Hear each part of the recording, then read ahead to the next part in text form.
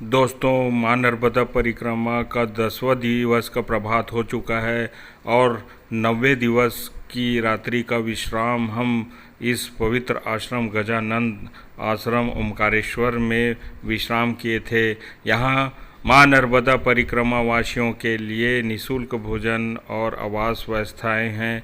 यहाँ जो आप देख रहे हैं ये ऑफिस है, यहाँ से रजिस्ट्रेशन करवा करके आप यहाँ विश्राम कर सकते हैं। बहुत ही स्वच्छ और बहुत ही सुविधा युक्त यह आश्रम है जो परिक्रमा वासियों के लिए। यहाँ से ममलेश्वर ज्योतिर्लिंग दर्शन करने के लिए जा सकते हैं और आप जो देख रहे हैं वो ममलेश्वर ज्योतिर्लिंग मंदिर है। उनका ध्वजा पताका लहरा रहा है। ओमकारेश्वर मंदिर नर्मदा नदी के बीच मांधाता और शिवपुरी द्वीप पर स्थित है।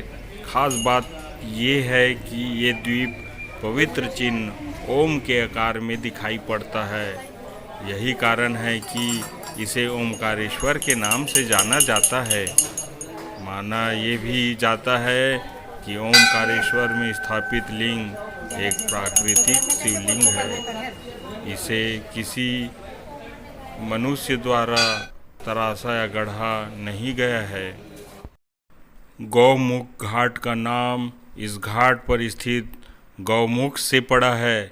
इस पर गाय की पाषाण प्रतिमा से के मुख से निरंतर जलधारा निकलती है। हिंदू धर्म में इस स्थान का काफ़ी महत्व है। इस घाट से नर्मदा जी भक्त वत्सल हैं। ममलेश्वर मंदिर घाट का शिखर 1100 वर्ग फीट है। नर्मदा क्षेत्र में ओमकारेश्वर सर्वश्रेष्ठ तीर्थ है।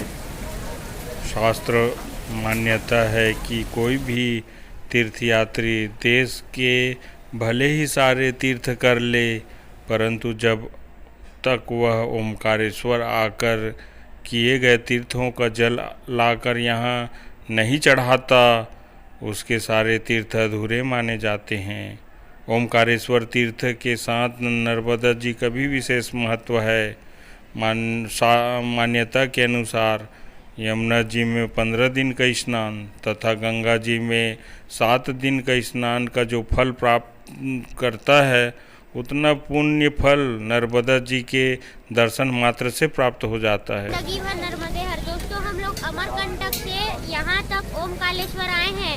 9वें दिवस में हम लोग आज 10वां दिन प्रारंभ हुआ, तो हमारे बहन सिद्धि को यहाँ नर्मदा जी में स्नान कराने आए।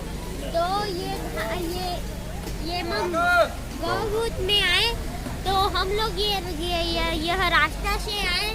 तो यह धागा ऊपर से आके मेरे सिर पे ऐसे गिरा। ये ममलेश्वर महादेव ने प्रसाद दिया। दोस्तों, ओमकारेश्वर तीर्थ क्षेत्र में 24 अवतार, माता घाट, सैलानी, सीता वाटिका, धावड़ी कुंड, मार्कंडे शिला, मार्कंडे संन्यास आश्रम, अन्नपूर्ण आश्रम, विज्ञानशाला, बड़े हनुमान, खेड़ापति हनुमान आदि उपस्थित है। और 12 बजे हम आगे जा रहे हैं ओमकारेश्वर से। ऐसे पहले 9वें दिन के रात्रि का विश्राम गजानंद आश्रम में ओमकारेश्वर में किए थे। बहुत ही सुंदर और स्वच्छ वातावरण। दोस्तों, हम अभी पहुंचने वाले हैं लगभग 3 किलोमीटर की दूरी पर बाजीराव पेशवा, जो बहुत ही प्रसिद्ध मराठा शासक के पेशवा थे। उन्हीं दोस्तों आपको गिलहरी का सुंदर। दोस्तों, ओमकारेश्वर से हम लगभग 44 किलोमीटर की दूरी तय करने के पश्चात अभी हम पहुंच चुके हैं बहुत ही प्रसिद्ध और गर्व करने वाली समाधि स्थल, चौथे मराठा सम्राट छत्रपति साहू जी के समाधि स्थल के पास हम पहुंच। दोस्तों, नर्मदे हर आज हमारे परिक्रमा का 10वां दिवस है। हम यहाँ नर्मदा जी के तट में हैं और यहाँ समाधि स्थल है बाबा जी बाजीराव का। समाधि स्थल है। दोस्तों अगर आपको इसके लिए जानकारी आपको चाहिए तो हमारे YouTube चैनल का नाम है ज्ञान दर्शन, उसको सब्सक्राइब कीजिए। दोस्तों बाजीराव पेशवा के समाधि स्थल में है। नर्मदा नदी के तट पर स्थित बलुआ पत्थर से निर्मित यह छत्रपति पेशवा बाजीराव प्रथम की है, जिनकी मृत्यु सन 1740 ईस्वी में यहीं पर हुई थी। इतिहासकारों के अनुसार जब बाजीराव प्रथम खारगोन स्थित अपनी जागीर के इस गांव रावेरखेड़ी में एक सैन्य अभियान पर आए थे, तो यहीं पर एक गंभीर बीमारी के कारण 28 अप्रैल 1740 ईस्वी में नर्मदा नदी के तट पर उनकी मृत्यु हो गई थी।